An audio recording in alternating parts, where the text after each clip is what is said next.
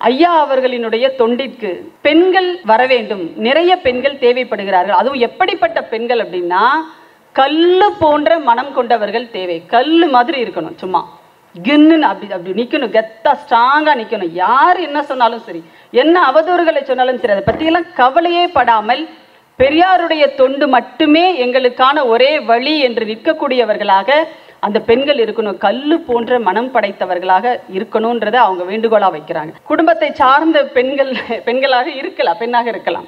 அன்னை மணியம்மையார் அவர்களை பொதுமக்களிடையே, குறிப்பாக இயக்கம் கடந்த பெண்களிடையே கொண்டு சேர்க்காத எங்களுடைய தவறுதான் அப்படின்றத நான் சொன்னேன். எங்களுடைய பேரவை தலைவர் அண்ணன் சுபவி அவர்கள்கிட்ட கூட நான் இதை பற்றி பேசும்போது, இந்த மாதிரி நிகழ்ச்சிக்கு போயிட்டு வந்தேன் அப்படின்னு அதை பற்றிலாம் பேசிட்டு இருக்கும்போது நான் சொன்னேன், எப்போவுமே ஒரு கூட்டத்துக்கு போயிட்டு வரும்போது நான் வந்து ஒப்பிச்சிருவேன். இது கூட்டம் நடந்துச்சு, இப்படிலாம் இருந்துச்சு, இதெல்லாம் பேசினேன், நான் பேசினது எனக்கு நிறைவாக இருந்துச்சு, இல்லை நான் வந்து சரியாக பேசலை, இந்த இதெல்லாம் சொல்லாமல், இதெல்லாம் வந்து கொஞ்சம் அவர்கிட்ட வந்து நான் ஒப்பிச்சிருவேன். அவர் தான் வந்து என்னுடைய முகவரி அப்படின்னு சொல்லிட்டு, சமூக அரசியல் களத்தில் என்னுடைய முகவரியாக நான் பேராசிரியர் சுபவி அவர்களைத்தான் வரித்து கொண்டிருக்கிறேன். அதே மாதிரி அக்கா அருள்மொழி அவர்கள், அக்கா ஓவியா அவர்கள், இவர்கள் எல்லோரும் தான். இன்றைக்கு நாங்கள்லாம் பேசுகிறோம், எங்களுடைய யூடியூப் பேச்செல்லாம் கேட்டிங்கன்னா, அக்காவோடதாக இருக்கட்டும், யாழினியோடது, யார் மதிவதன் யாருடைய பேச்சாக இருந்தாலும் சரி, அதுக்கு கீழே வருகிற கமெண்ட்டுகள்லாம் பார்த்தீங்கன்னா அவ்வளவு மோசமாக இருக்கும். இன்றைய பெண்களுக்கு, இந்த சூழலில் இருக்கிற பெண்களுக்கு கண்டிப்பாக அன்னை மணியம்மையாரை பற்றி தெரிஞ்சிருக்கணும், நம்ம தெரியப்படுத்தணும். நம்ம அதை திரும்ப வந்து சொல்லவே முடியாது. அந்த அளவிற்கு மோசமான சொற்களால், வசைமொழிகளால் எல்லாம் வந்து வசைப்பாடுகிற போது அதையெல்லாம் எங்களால் ஜஸ்ட் லைக் தான் சும்மா வந்து லெஃப்ட் ஹேண்டில் ஹேண்டில் பண்ணிட்டு போக முடியுதுன்னு சொன்னால், அதற்கெல்லாம் எங்களுக்கு ஒரு பெரிய ஒரு என்ன சொல்கிறது, ஒரு எடுத்துக்காட்டாக வாழ்ந்து விட்டு போனவர் தான் அன்னை மணியம்மையார் அவர்கள். உங்கள் அனைவருக்கும், இங்கே இருக்கின்ற தோழர்கள் அனைவருக்கும் என்னுடைய வணக்கம்.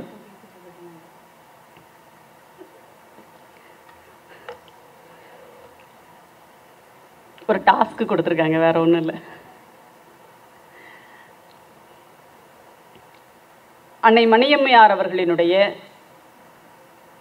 நினைவு நாள் கருத்தரங்கம் என்பது ஒரு அரங்கத்திற்குள் நடைபெற வேண்டிய ஒரு கருத்தரங்கம் இல்லை என்பது என்னுடைய ஒரு கருத்து. இது ஏன் நான் சொல்கிறேன் அப்படின்னா, கடந்த மார்ச் 8ஆம் தேதி பிரசிடென்சி காலேஜில் மகளிர் நாள் நிகழ்ச்சியில் பேசுகிறதுக்காக கூப்பிட்டுருந்தாங்க. அந்த கல்லூரியில் பேசும்போது தலைப்பு வந்து கல்லூரி முதல்வர் எனக்கு கொடுத்துருந்தது, பெண்ணின் பெருமைன்ற தலைப்பில் பேசுகிறீங்களா அப்படின்னு கேட்டிருந்தாங்க. சரின்னு சொல்லிட்டு பேச போனேன். முன்னாடி ஒரு 200 மாணவிகளுக்கு மேலே பெண்கள் உட்கார்ந்துருக்காங்க. அப்போ பேசும்போது எது பெண்ணின் பெருமை அப்படிங்கிற பேசும்போது நான் சொன்னேன், எதெல்லாம் ஒரு சுயமரியாதையுள்ள பெண் தான் பெருமைக்குரிய பெண், சுய சிந்தனையுள்ள பெண் யாரோ அவள் தான் வந்து பெருமைக்குரிய பெண், இப்படிலாம் பேசிகிட்டு இருக்கும்போது அப்போ அழகு அப்படிங்கிற ஒரு விஷயம் வந்து வருது பேசும்போது. அப்போ நான் சில பேரை உதாரணம் காட்டுறேன். முன்னாள் பிரதமர் இந்திரா காந்தி அம்மையார், அவருடைய தோற்றத்தை நீங்கள் பார்த்துருக்கீங்களா? எவ்வளவு எளிமையான ஒரு தோற்றத்தில் அவங்க இருப்பாங்க. அவர்களை இவ்வளவு பெரிய ஒரு தலைவராக, ஒரு இரும்பு பெண்மணியாக, உலக தலைவர்கள் எல்லாம் பாராட்டுகின்ற ஒரு மிகப்பெரிய ஒரு ஆளுமையாக அவர் இருந்ததுக்கு காரணம் அவருடைய அழகுகளாம் கிடையாது, அவருடைய அந்த ஆளுமை பண்பு, அந்த அதிகாரத்தை அவர் யாருக்காக எப்படி, இதெல்லாம் தான் காரணம். அதே மாதிரி அன்னை மணியம்மையார் அவர்களை பற்றி நான் உங்ககிட்ட சொல்லணும் அப்படின்றதுக்காக நான் கேட்குறேன், அன்னை மணியம்மையார் அவர்களை பற்றி உங்களை யாருக்காவது தெரியுமா அப்படின்னா, தெரிஞ்சவங்க யாராவது கையை தூக்குங்க. ஏன்னா இந்திரா காந்தி அம்மையாரை பற்றி தெரிஞ்சவங்க கையை தூக்குங்கன்னு நம்ம கேட்க வேண்டியதில்லை. அப்போ நான் அவங்க பிள்ளைகிட்ட கேட்குறேன், அன்னை மணியம்மையார் அவர்களை பற்றி உங்கள் யாருக்காவது தெரியுமா? தெரிஞ்சவங்க கையை தூக்குங்க அப்படின்னு. ஒரே ஒரு பொண்ணு, அந்த 200 பெண்களில் ஒரே ஒரு பெண் மட்டும் தெரியும்னு சொல்லிட்டு கையை தூக்குச்சு. எனக்கு தெரிஞ்ச அநேகமாக அது நம்ம குடும்பத்தை சார்ந்த பெண்களாக இருக்கலாம், பெண்ணாக இருக்கலாம். அப்போ நான் சொன்னேன், அங்கேயே நான் சொன்னேன், இது உங்களுடைய தவறாக இருக்க வாய்ப்பே இல்லை. அன்னை மணியம்மையார் அவர்களை பொதுமக்களிடையே, குறிப்பாக இயக்கம் கடந்த பெண்களிடையே கொண்டு சேர்க்காத எங்களுடைய தவறுதான் அப்படின்றத நான் சொன்னேன். எங்களுடைய பேரவை தலைவர் அண்ணன் சுபவி அவர்கள்கிட்ட கூட நான் இதை பற்றி பேசும்போது, இந்த மாதிரி நிகழ்ச்சிக்கு போயிட்டு வந்தேன் அப்படின்னு அதை பற்றிலாம் பேசிட்டு இருக்கும்போது நான் சொன்னேன். அண்ணனும் சொன்னாங்க, உண்மைதான், கொண்டு போய் சேர்க்கணும் நம்ம அப்படின்றத. எப்போவுமே ஒரு கூட்டத்துக்கு போயிட்டு வரும்போது நான் வந்து ஒப்பிச்சிருவேன். இது கூட்டம் நடந்துச்சு, இப்படிலாம் இருந்துச்சு, இதெல்லாம் பேசினேன், நான் பேசினது எனக்கு நிறைவாக இருந்துச்சு, இல்லை நான் வந்து சரியாக பேசலை, இந்த இதெல்லாம் சொல்லாமல், இதெல்லாம் வந்து கொஞ்சம் அவர்கிட்ட வந்து நான் ஒப்பிச்சிருவேன். ஏன்னா அவர் தான் வந்து என்னுடைய முகவரி அப்படின்னு சொல்லிட்டு சமூக அரசியல் களத்தில் என்னுடைய முகவரியாக நான் பேராசிரியர் சுபவி அவர்களைத்தான் வரித்து கொண்டிருக்கிறேன். அதே மாதிரி அக்கா அருள்மொழி அவர்கள், அக்கா ஓவியா அவர்கள், இவர்கள் எல்லோரும் தான். நான் எல்லா இடத்துலையும் அவங்க தான் என்னுடைய முன்னெத்தியர்னு நான் சொல்கிறேன். ஆனால் நான் அவர்களுடைய பின்னெத்தியராக வருகிறேனா இல்லையா அப்படிங்கிறத வந்து அவங்க தான் சொல்லணும். அதனால் நான் ஒவ்வொரு முறையும் வந்து சொல்லிவிடுவேன் சுபவி அண்ணங்கிட்ட என்னென்ன பேசணும்னு சொல்லிட்டு. சொல்லும்போது அவரும் சொன்னார், ஆமாம் மணியம்மையார் அவர்களை கொண்டு போய் நாம் சேர்த்துருக்கணும் அப்படின்னு சொல்லிட்டு. அதையே தான் இப்போ பேசும்போது தங்கை யாழினி அவர்களும் வந்து அதை தான் குறிப்பிட்டார். ஏன்னா இன்றைய பெண்களுக்கு, இந்த சூழலில் இருக்கிற பெண்களுக்கு கண்டிப்பாக அன்னை மணியம்மையாரை பற்றி தெரிஞ்சிருக்கணும், நம்ம தெரியப்படுத்தணும். ஏன்னா ஒரு பெண் வந்து எத்தனை தைரியமானவளாக, எத்தனை துணிச்சல் உள்ளவளாக இந்த சமூகத்தில் தன்னை நிலைநிறுத்தி கொள்ள வேண்டும் என்பதை நமக்கு எப்போ காட்டிட்டு போயிருக்காங்கன்னு பாருங்க. கிட்டத்தட்ட ஒரு 70 ஆண்டுகளுக்கு மேலாக நமக்கு முன்னாடியே நமக்கு அதெல்லாம் சொல்லிட்டு போயிருக்காங்க.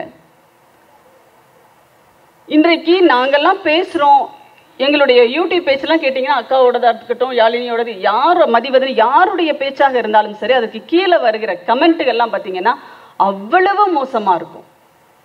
நம்ம அது திரும்ப வந்து சொல்லவே முடியாது. அந்த அளவிற்கு மோசமான சொற்களால், வசைமொழிகளால் எல்லாம் வந்து வசைப்பாடுகிற போது அதையெல்லாம் எங்களால் ஜஸ்ட் லைக் தான் சும்மா வந்து லெஃப்ட் ஹேண்டில் ஹேண்டில் பண்ணிட்டு போக முடியுதுன்னு சொன்னால், அதற்கெல்லாம் எங்களுக்கு ஒரு பெரிய ஒரு என்ன சொல்கிறது, ஒரு எடுத்துக்காட்டாக வாழ்ந்து விட்டு போனவர் தான் அன்னை மணியம்மையார் அவர்கள். அந்த துணிச்சல் மிக்க அம்மையாரை நம்ம ஏன்னா இன்னைக்கு பெண்களுக்கு அந்த துணிச்சல் தேவைப்படுது. அதே பிரசிடென்சி காலேஜில் எங்களுடைய கலைஞர் செய்திகளுக்காக நாங்கள் வந்து சிறப்பு நிகழ்ச்சி, மகளிர் நாள் நிகழ்ச்சிக்காக அந்த மாணவர்களை வைத்து ஒரு நிகழ்ச்சி நடத்தணுன்றதுக்காக நாங்கள் போய் ஷூட் பண்ணுறதுக்காக போயிருந்தோம்.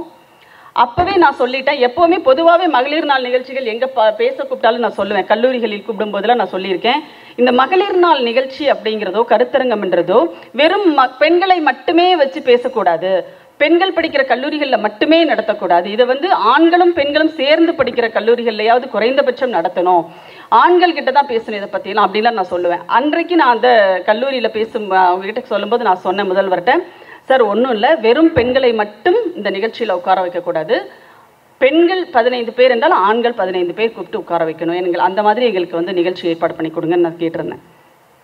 அப்போ பேசும்போது அந்த பெண்கள் சொன்னது என்னென்னா, அதில் ஒரு பொண்ணு சொல்லுது, இந்த சமூக வலைத்தளங்களில் எங்களுக்கு பேசுகிறதுக்கே பயமாக இருக்குது, அவ்வளோ தப்பு தப்பாக வந்து பேசுகிறாங்க, பெண்களை வந்து அவ்வளோ அசிங்கப்படுத்துகிறாங்க மேடம், இதை எல்லாத்தையும் வந்து தடுக்கணும், இதை வந்து முதலமைச்சருக்கு நாங்கள் ஒரு வேண்டுகோளாகவே வைக்கிறோம் அப்படின்னு சொல்லிட்டு அந்த பொண்ணு சொல்லிச்சு. அப்போது இந்த இடத்தில் தான் நம்ம என்ன செய்ய வேண்டியது இருக்குது அப்படின்னா, இல்லைம்மா இதில் பயப்பட வேண்டியது நீ இல்லை, எங்கேயோ இருந்து தன்னை மறைத்து கொண்டு ஒருத்தன் ஒரு கையாலாகாத தனமான ஒரு வேலையை செய்கிறான்னு சொன்னால் இதுக்கு நீ ஏன் பயப்படணும் அப்படிங்கிற ஒரு விஷயத்தை நம்ம சொல்லும்போது, இப்போ நாங்கள்லாம் இருக்கோம்ல அப்படிங்கிறத சொல்கிறதை விட, எப்போவோ அதாவது ஒரு 60-70 ஆண்டுகளுக்கு முன்னாடியே ஒரு அம்மா இப்படி வாழ்ந்துட்டு போயிருக்காங்க. அப்படிப்பட்ட ஒரு பழிச்சொற்களை இந்த காலகட்டத்தில் நம்ம பெரிய வந்து பெண் விடுதலையை பற்றி பேசுகிறோம், பெண்கள் நிறைய வெளியில் வந்துட்டோம், ஆண்களுக்கு இணையாக இல்லை ஆண்களை விட ஒருபடி மேலேயே வந்து அனைத்து துறைகளிலும் பெண்கள் இன்னைக்கு சாதிக்கக்கூடியவர்களாக இருக்கிறார்கள், பெண்கள் நாட்டை ஆளுகிறார்கள், எல்லாம் இருக்கிற இந்த காலகட்டத்தில் கூட எங்கோ ஒரு இடத்துல மனசில் கொஞ்சம் ஒரு என்ன சொல்கிறது, ஒரு கவலை, ஒரு வேதனை, ஐயோ நம்மளை பற்றி இப்படி பேசிட்டாங்களே, அதுவும் பொதுவெளியில் இப்படி பேசிட்டாங்களே அப்படிங்கிறது இப்போ கூட நம்ம வந்து வருத்தப்படுகின்ற ஒரு நேரத்தில், அன்றைக்கு அந்த வசை மொழிகள் எல்லாம் வந்து யாருமே இப்போ கூட அதை யாராலையுமே டாலரேட் பண்ணிக்க முடியாது. ஆனால் அதை எல்லாத்தையும் கடந்து என்னுடைய இனநலன் ஒன்று மட்டுமே எனக்கு முக்கியம் அப்படிங்கிற வாழ்ந்துட்டு போயிருக்காங்கன்னு சொன்னால் அவங்கள பற்றி நம்ம ஏன் வந்து இன்னும் கொண்டு போய் சேர்க்காமல் இருக்கிறோம் அப்படிங்கிற ஒரு கவலை இருக்க தான் செய்கிறது. நான் அதான் சொன்னேன், மார்ச் 8 அப்படிங்கிறது உலக மகளிர் நாளாக இருந்துட்டு போகட்டும், அது கொண்டாடிட்டு இருக்கோம், அது ஒரு பக்கம் நடக்கட்டும். தமிழ்நாட்டை பொறுத்தவரை தமிழ்நாட்டினுடைய மகளிர் நாளாக அன்னை மணியம்மையாரினுடைய பிறந்த நாளான மார்ச் 10ஆம் தேதியை நம்முடைய திராவிட மாடல் அரசு அறிவிக்கும் என்று சொன்னால், எப்படி இப்பொழுது ஐயா பெரியார் அவர்களுடைய பிறந்த நாளான செப்டம்பர் 17 சமூக நீதி நாளாக அறிவித்து அனைத்து அரசு அலுவலகங்களிலும் சமூக நீதி நாள் உறுதிமொழியை ஏற்பதற்கான ஒரு ஏற்பாட்டை சட்டத்தின் வழியாக, ஆணையின் வழியாக இந்த அரசு செய்திருக்கிறதோ, அதே மாதிரி இப்படி ஒரு நிலையை எட்டுமானால் கண்டிப்பாக கல்லூரிகள் தோறும், பள்ளிக்கூடங்கள் தோறும் அன்னை மணியம்மையார் அவர்களை பற்றிய வரலாற்று செய்திகளை நாம் கொண்டு போய் சேர்க்க முடியும். இந்த ஒரு வேண்டுகோளை நான் ஏற்கனவே இதே மேடையில் பேசும்போது அன்னை மணியம்மையார் அவர்களினுடைய அந்த பிறந்தநாள் நிகழ்ச்சியின் போது நான் பேசியிருக்கிறேன். இப்பவும் நான் அந்த வேண்டுகோளை நான் முன்வைக்கிறேன். ஏனென்றால் இப்போ நம்மளுடைய ஆட்சி நடக்கிறது. இந்த நேரத்தில் இதை நம்ம பேசுறது சரியா இருக்கும் அப்படிங்கிறதுனால நான் இதை முன்வைக்கிறேன். தொண்டுள்ளம் அப்படின்னு பார்க்கும்போது யாழினி அவர்கள் சொல்லும்போது,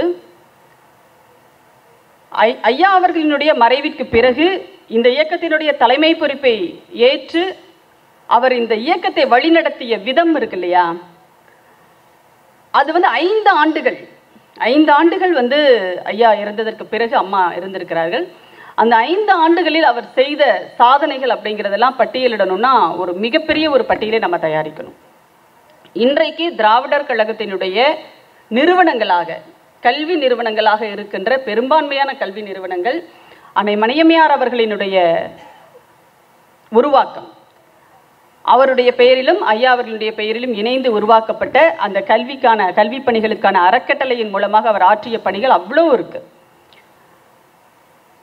அப்போ ஒரு தலைவர் அப்படிங்கிறவர் எப்படி இருக்கணும் அப்படின்றத ஐயா பெரியார் அவர்கள்கிட்ட இருந்து அப்படியே அதை எதிரொலித்து விட்டு சென்றிருக்கிறார் அன்னை மணியம்மையார் அவர்கள்.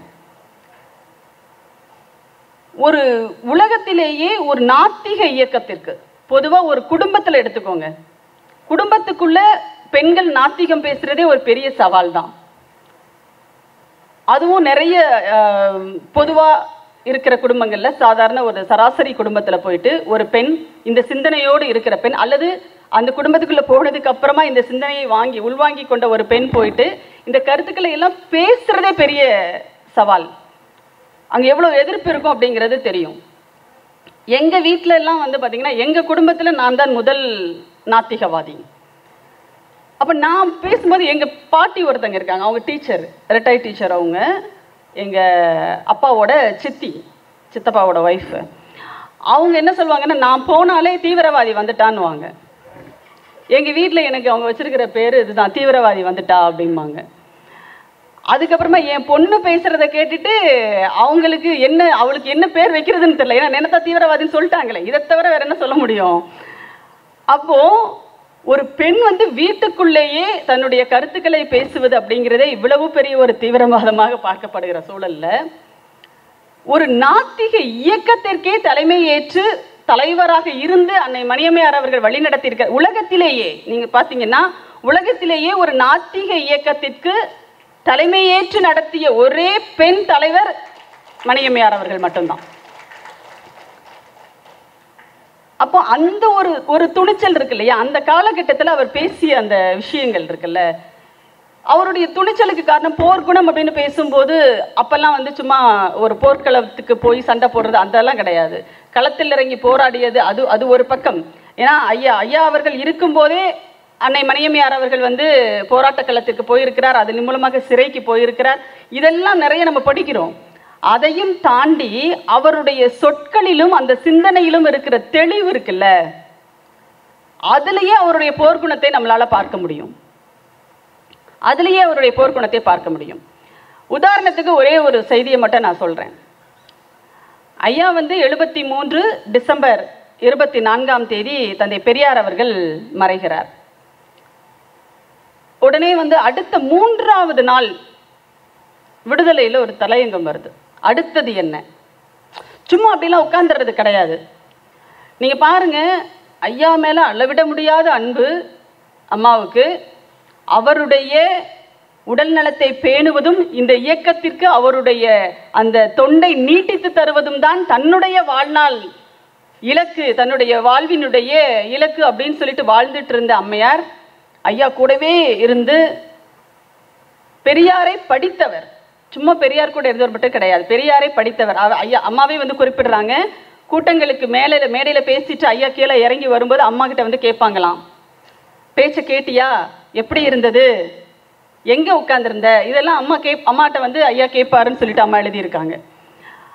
அப்போ ஒவ்வொன்றையும் அவ சும்மா எங்கேயோ ஒரு இடத்துல தூரமாக உட்காந்து புக்கு வித்துட்டு இருந்தாருன்றது மட்டும் இல்லை, அவர் ஒவ்வொன்றையும் கூர்ந்து கவனித்து இருக்கிறார். ஐயா பெரியார் என்ன பேசுவார், எந்த இடத்துல எப்படி முடிவெடுப்பாரு, இப்படி ஒரு சிக்கல் இருக்கே, ஐயா என்ன பதில் சொல்ல போறாரு, அதை பத்தி என்ன மாதிரி பேச போறாரு, இத்தனையும் வந்து அவங்க அவ்வளவு கூர்ந்து கவனிச்சிருக்கிறாங்க. அதனாலதான் வந்து ஒவ்வொரு முடிவுகளை எடுக்கும் போதும் தந்தை பெரியார் அவர்கள் இருந்திருந்தால் என்ன முடிவை இந்த இடத்தில் எடுத்திருப்பாரோ அதை அவர் எடுக்க முடிந்தது. அப்போ அந்த ஒரு அறிவுத்திறன், அந்த ஒரு கூர்த்த மதி அப்படின்றது அன்னை மணியம்மையார் அவர்கள்கிட்ட இயல்பாகவே வந்து இருந்திருக்கு. அப்போ அந்த உடனே எழுதுறாங்க, 3வது நாள் வருது, டிசம்பர் 27ஆம் தேதி இட்ட அந்த தலையங்கத்தில் அடுத்தது என்ன அப்படின்ற ஒரு தலைப்பில் எழுதுறாங்க. ஐயா வந்து நம்முடைய மீளா துயரில் நம்மளையெல்லாம் ஆழ்த்திட்டு போயிட்டாங்க, ஆனாலும் அடுத்து நாம் செய்ய வேண்டியது என்ன அப்படிங்கிறது அதில் எழுதுறாங்க. அதுக்கப்புறம் இரங்கல் கூட்டங்களை கூட வெறுமனே இரங்கல் கூட்டங்களாக இல்லாமல் அதை அடுத்து என்ன செய்ய வேண்டும், அடுத்து ஐயாவுடைய பணிகளை நம்ம எப்படி முன்னெடுத்துட்டு போகணும் அப்படிங்கிறதை பற்றி பேசுகின்ற கூட்டங்களாக அந்த இரங்கல் கூட்டங்களை வந்து நடத்தணுன்ற ஒரு வேண்டுகோளை அவர் விடுக்கிறார்.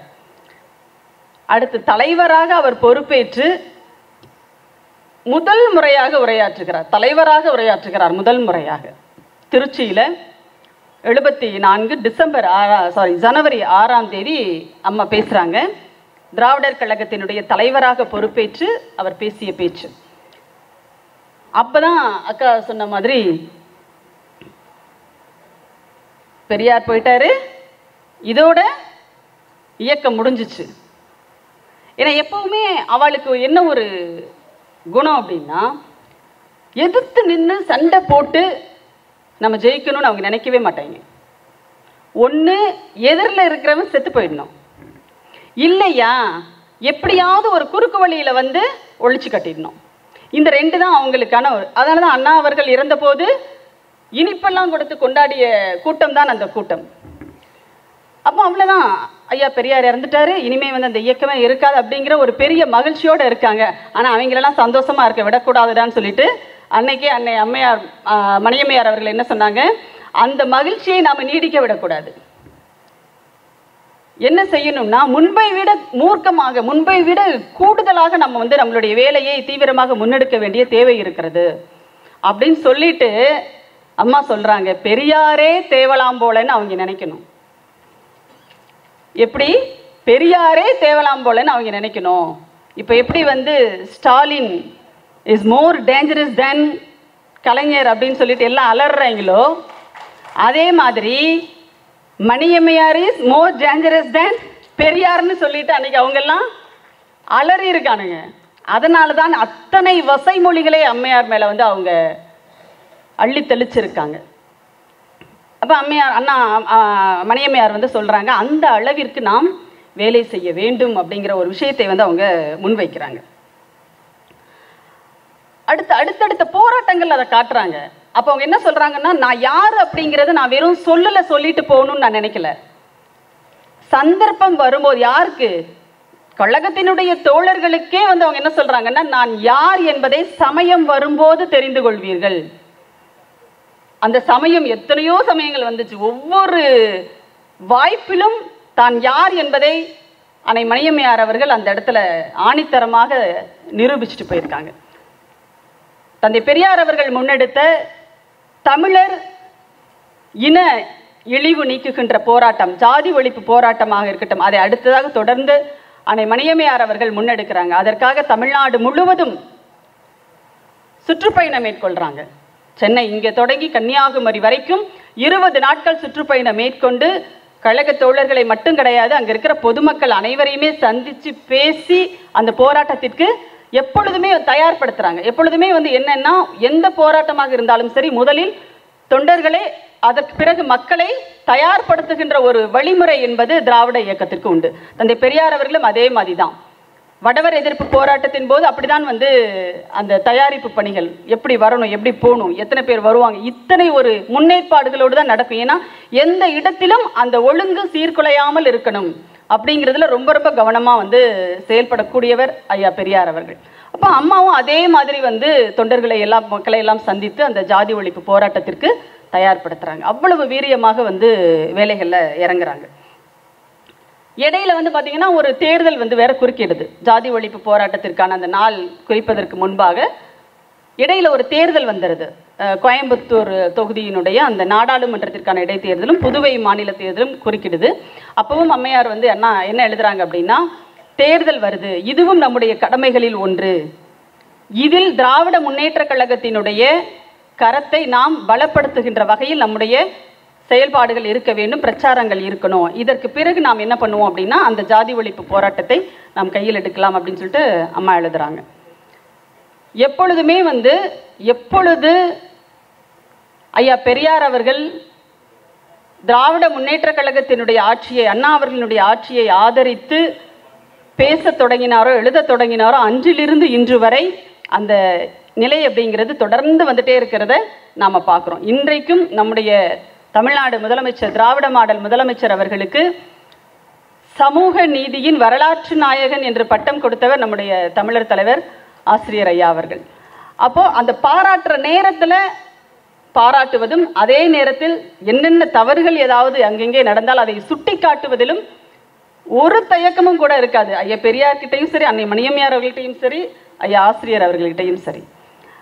அவங்க யாழினி பேசும்போது சொன்ன மாதிரி அந்த எமர்ஜென்சி பீரியட்ல அதை எதிர்த்து கடுமையாக எழுதியவர், பேசியவர், போராடியவர் அன்னை மணியம்மையார் அவர்கள். அதே நேரத்தில் அதே காலகட்டத்தில் தான் அந்த அதனுடைய கொடுமைகள் ஒரு பக்கம் இருந்தாலும் கூட அதில் நமக்கு கிடைத்த ஒரு நல்ல ஒரு விஷயம் என்னன்னா, அரசியலமைப்பு சட்டத்தினுடைய முகப்புரையில் சோசியலிசம், செக்யூலரிசம் அப்படிங்கிற அதை கொண்டு வந்து சேர்த்தது அப்படின்றது, அதை உடனடியாக பாராட்டுறாரு அம்மா வந்து உடனடியாக அதை பாராட்டுறாங்க. அப்போ எந்த இடத்தில் பாராட்ட வேண்டுமோ, எந்த இடத்தில் வந்து ஒரு கடிவாளம் போட வேண்டுமோ, இடித்துரைக்க வேண்டுமோ, அவற்றை மிக செம்மையாக ஐயா பெரியார் அவர்களை தொடர்ந்து வந்து அன்னை மணியம்மையார் அவர்களும் அதை முன்னெடுக்கிறாங்க. அப்படித்தான் அந்த தேர்தல் 74 வந்து அந்த தேர்தலின் போதும் அந்த முடிவை வந்து அம்மா அவர்கள் எடுக்கிறாங்க. இதில் ராவண லீலா அப்படிங்கிறது ஒரு முக்கியமான ஒரு பகுதி. அது என்னென்னா டெல்லியில் இப்போவும் நடக்குது ராமலீலா. அதில் நிறைய பேர் செத்து வேற போயிட்டாங்க. ஒரு கட்டத்தில் அந்த ரயில்வே தண்டவாளத்துலலாம் ரயில் வந்தது தெரியாமல் செத்து போயிட்டாங்க. அப்போது இந்த ராவண லீலாவை நடத்த வேண்டும் என்பது ஐயா அவர்களினுடைய விருப்பம். ஐயா வந்து குறிப்பெல்லாம் எழுதி வச்சுருப்பாங்கன்னு சொல்லுவாங்க. ஒரு சின்னதாக ஒரு சிட்டை மாதிரி ஒன்று வச்சுட்டு என்னென்னலாம் செய்யணும், அது சிட்டை என்னவோ சின்ன சிட்டை தான், ஆனால் அதில் எழுதியிருக்கிற விஷயங்கள் எல்லாம் வந்து ரொம்ப ரொம்ப பெரிய பெரிய விஷயங்களாக இருக்கும். அதில் வந்து ராவண லீலாவை நடத்த வேண்டும் அப்படின்றது. உடனே ஐயாவுடைய மறைவிற்கு பிறகு அதை உடனடியாக 75ஆம் ஆண்டே வந்து 74 அந்த ராவண லீலாவை வந்து அம்மா நடத்துகிறாங்க. ஐயா அவர்களுடைய நினைவு நாள் வருது, அதற்கு அடுத்த நாள் வந்து ராவண லீலா. அப்படி 2 நாள் நிகழ்வாக இங்கே தலைமை கழகத்தில் இந்த திடலில் வந்து அம்மா அதை நடத்துகிறாங்க. அப்போ அதில் நடக்கிற ஒரு விஷயம் என்ன அப்படின்னா, ராவண லீலாவை நடத்தக்கூடாதுன்னு சொல்லிட்டு ஒன்றியத்திலிருந்து ஒரு அழுத்தம் வருது. நடத்தக்கூடாது, நடத்தினால் வந்து நடவடிக்கை எடுக்கணும் அப்படின்னு சொல்லிட்டு இங்கே இருக்கிற அரசுக்கு ஒரு அழுத்தம் வருகிறது. அன்றைக்கு திராவிட முன்னேற்ற கழகத்தினுடைய அரசு, முத்தமிழறிஞர் கலைஞர் அவர்கள் தான் வந்து முதலமைச்சராக இருக்கிறார். அப்போது அம்மா வந்து முதல் நாள் ஐயாவினுடைய நினைவு நாள் நடக்குது, ரொம்ப சிறப்பாக நடக்குது. அடுத்த நாள் வந்து ராவண லீலா. அம்மா வந்து அதில் பேசுகிறாங்க, நிறைய அதை நடத்தக்கூடாது, அந்த ராமனுடைய உருவத்தை எரிக்கக்கூடாதுன்னு சொல்லிட்டு அவ்வளவு அழுத்தம், காவல்துறையெல்லாம் வர்றாங்க, எல்லாம் பேசுகிறாங்க அம்மா கிட்ட. அப்போது ரொம்ப நீண்ட நேரம் அந்த விவாதம் நடக்குது. காவல்துறையினருக்கும் அம்மாவுக்கும் ஒரு நீண்ட நேரம் அந்த விவாதம் நடக்குது. நீங்கள் வந்து இது மாதிரி பண்ணக்கூடாது. அதுக்கு முன்னாடியே என்னென்னா, எக்ஸ்பிரஸ் ஏடு வந்து ஒரு விஷயத்தை பண்ணுறாங்க. அதாவது அன்றைக்கு நம்முடைய ஆட்சி நடக்கிறது, திமுக ஆட்சி நடக்குது. அப்போ அவங்க என்ன சொல்கிறாங்கன்னா, நாங்கள் சொல்லி அம்மா கேட்க மாட்டேங்கிறாங்க அப்படின்ற மாதிரி கலைஞர் அவர்கள் சொன்னதாக அப்படி ஒரு திரிப்பு. எப்போவுமே அவங்களுக்கு வந்து சிண்டு முடிஞ்சு விடுற வேலை தானே எக்ஸ்பிரஸ்களுக்கெல்லாம். அப்போ அப்படி ஒரு விஷயத்தை அவங்க எழுதும்போது அதற்கும் அம்மா அவர்கள் ரொம்ப தெளிவாக பதில் சொல்கிறாங்க. இதில் அதாவது மாநில அரசு தமிழ்நாடு அரசுக்கு எதிராக நாங்கள் செயல்படுறோம் அப்படின்ற மாதிரி சொல்றாங்க. ஆனால் நாங்கள் எதற்காக இவ்வளவு தீவிரமாக இதை நடத்தியே தீருவது அப்படிங்கிற ஒரு முடிவில் நாங்கள் இருக்கோம்னு சொன்னால், ஒன்றிய அரசு எப்படிப்பட்டது, அன்றைக்கு இருந்த மத்திய அரசு எப்படிப்பட்டதுன்றதை மக்களுக்கு நாங்கள் காட்டுறதுக்காகவும், அந்த அரசு மாநில அரசு மீது என்ன மரியாதை வைத்திருக்கிறதுன்றதை மக்களுக்கு சொல்றதுக்காகவும், அப்பவே அதுல என்ன வருதுன்னா மாநில உரிமை, மாநில சுயாட்சி வருது. அப்ப எந்த அளவிற்கு இதையெல்லாம் அவங்க செய்யறாங்கன்றத சொல்றதுக்காகவும் நாங்கள் இந்த நிகழ்ச்சியை நடத்தியே தீருவோம் அப்படின்னு அவங்க சொல்றாங்க. அப்போ அவ்வளவு பேச்சுவார்த்தை நடத்தும் போது அந்த காவல்துறை ஆணையர் வந்து சொல்றாரு, இல்லைங்க, இது ஐயா பெரியார் அவர்கள்கிட்ட கூட நாங்கள் இவ்வளவு தூரம் வந்து கெஞ்சினது கிடையாது, ஐயா கூட வந்து புரிஞ்சுக்குவாங்க, சரி அப்படின்னு சொல்லிட்டு கொஞ்சம் விட்டு கொடுத்து கொஞ்சம் ஒரு இதுக்கு வர்றதுக்கு வாய்ப்பு இருக்கு. ஏன்னா நடக்கிறது வந்து திமுக ஆட்சி, அதனால ஐயா வந்து அதுக்கு அம்மா சொல்றாங்க, இப்படித்தான் நாங்கள் வந்து அர்ச்சகராகும் போராட்டம் அறிவிக்கும் போது சட்டம் கொண்டு வரேன்னு ஐயா கலைஞர் அவர்கள் சொன்னாங்க. நாங்கள் வந்து போராட்டத்தை வந்து கொஞ்சம் நிறுத்தி வச்சோம். ஆனால் அதற்கு பிறகு என்ன நடந்தது, அந்த சட்டத்தையே வந்து என்ன பண்ணிட்டாங்க, நீதிமன்றத்திற்கு போய் ஸ்டே வாங்கி அதில் இப்போ வரைக்கும் பிரச்சனை இருந்துட்டு இருக்குங்க. அதனால இதை நாங்கள் விடுறதா இல்லை அப்படின்னு சொல்லிட்டு அப்பவும் வந்து அம்மா வந்து சொல்றாங்க.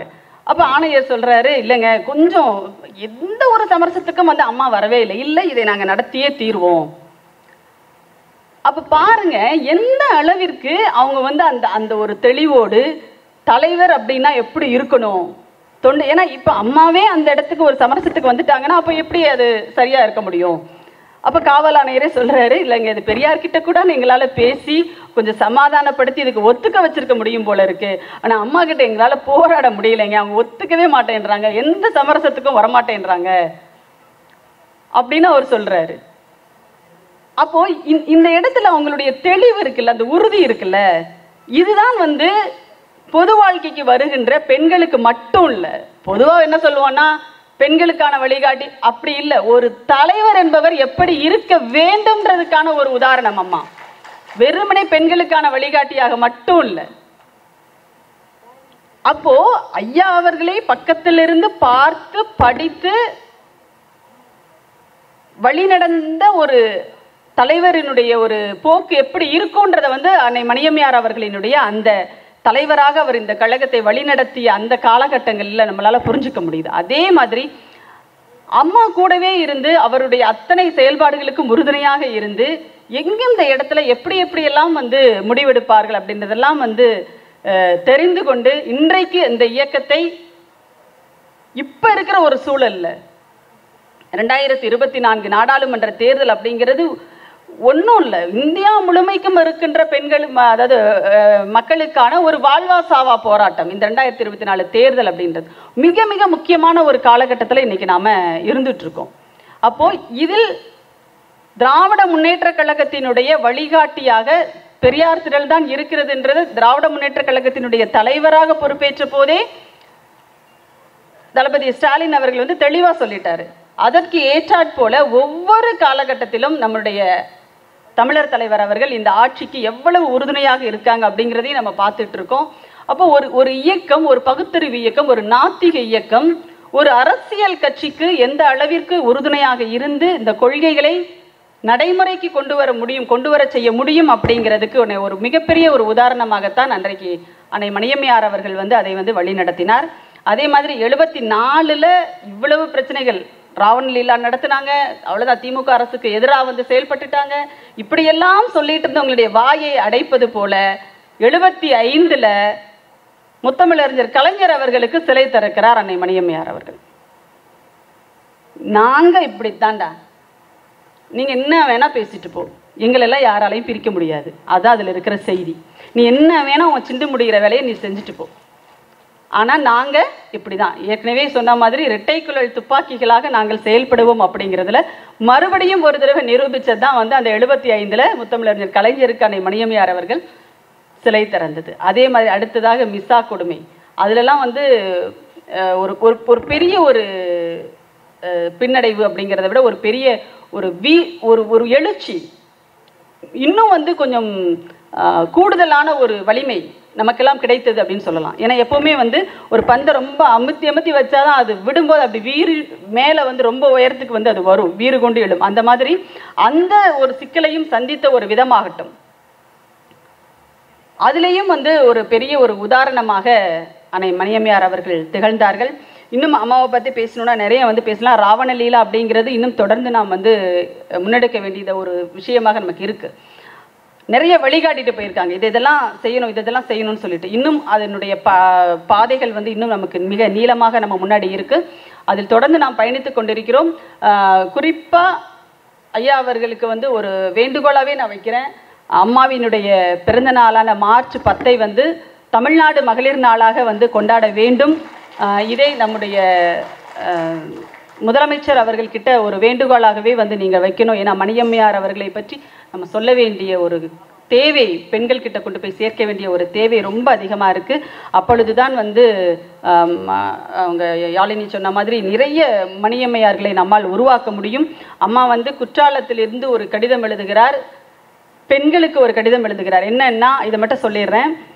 ஐயா அவர்களினுடைய தொண்டிற்கு பெண்கள் வர வேண்டும், நிறைய பெண்கள் தேவைப்படுகிறார்கள். அதுவும் எப்படிப்பட்ட பெண்கள் அப்படின்னா கல்லு போன்ற மனம் கொண்டவர்கள் தேவை. கல்லு மாதிரி இருக்கணும், சும்மா கின்னுன்னு அப்படி நிற்கணும், கெத்தா ஸ்ட்ராங்காக நிற்கணும். யார் என்ன சொன்னாலும் சரி, என்ன அவதூறுகளை சொன்னாலும் சரி, அதை பற்றியெல்லாம் கவலையே படாமல் பெரியாருடைய தொண்டு மட்டுமே எங்களுக்கான ஒரே வழி என்று நிற்கக்கூடியவர்களாக அந்த பெண்கள் இருக்கணும். கல்லு போன்ற மனம் படைத்தவர்களாக இருக்கணும்ன்றதை அவங்க வேண்டுகோளாக வைக்கிறாங்க.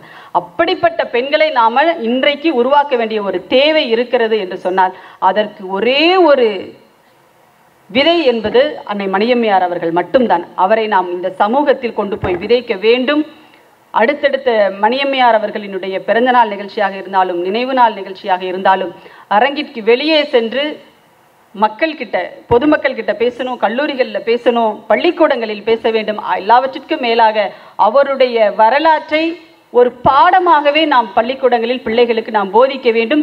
இது ஏதோ நம்முடைய கருத்துக்களை சொல்றதுக்காக மட்டும் கிடையாது, எப்படி பெண்கள் இந்த சமூகத்தை எதிர்கொள்ள வேண்டும் என்பதற்காக. ஏன்னா இந்த சமூகம் எப்பொழுதுமே இரட்டை பார்வையோடு இருக்கின்ற ஒரு சமூகம் தான், ஒரு ஆணாதிக்க சமூகம் தான். இந்த சமூகத்தில் ஒரு பொதுவெளிக்கு வருகின்ற பெண் ஒரு பொது வாழ்க்கைக்கு வரும்போது எதெல்லாம் எதிர்கொள்ள வேண்டியது இருக்கும், அதை எப்படி எதிர்கொள்ள வேண்டும் என்பதற்கான ஒரு கையேடாக அன்னை மணியம்மையார் அவர்கள் இன்றைக்கு நமக்கு கிடைத்திருக்கிறார். அந்த கையேட்டை மிகச்சரியான முறையில் கொண்டு போய் சேர்க்க வேண்டிய ஒரு கடமையும் பொறுப்பும் நமக்கு இருக்கிறது என்பதை இந்த நினைவு நாளில் நாம் நினைவில் கொண்டு அதற்கேற்ற முன்னேற்பாடுகளையும் முன்னெடுப்புகளையும் நாம் செய்ய வேண்டும். வாய்ப்புக்கு நன்றி, வணக்கம்.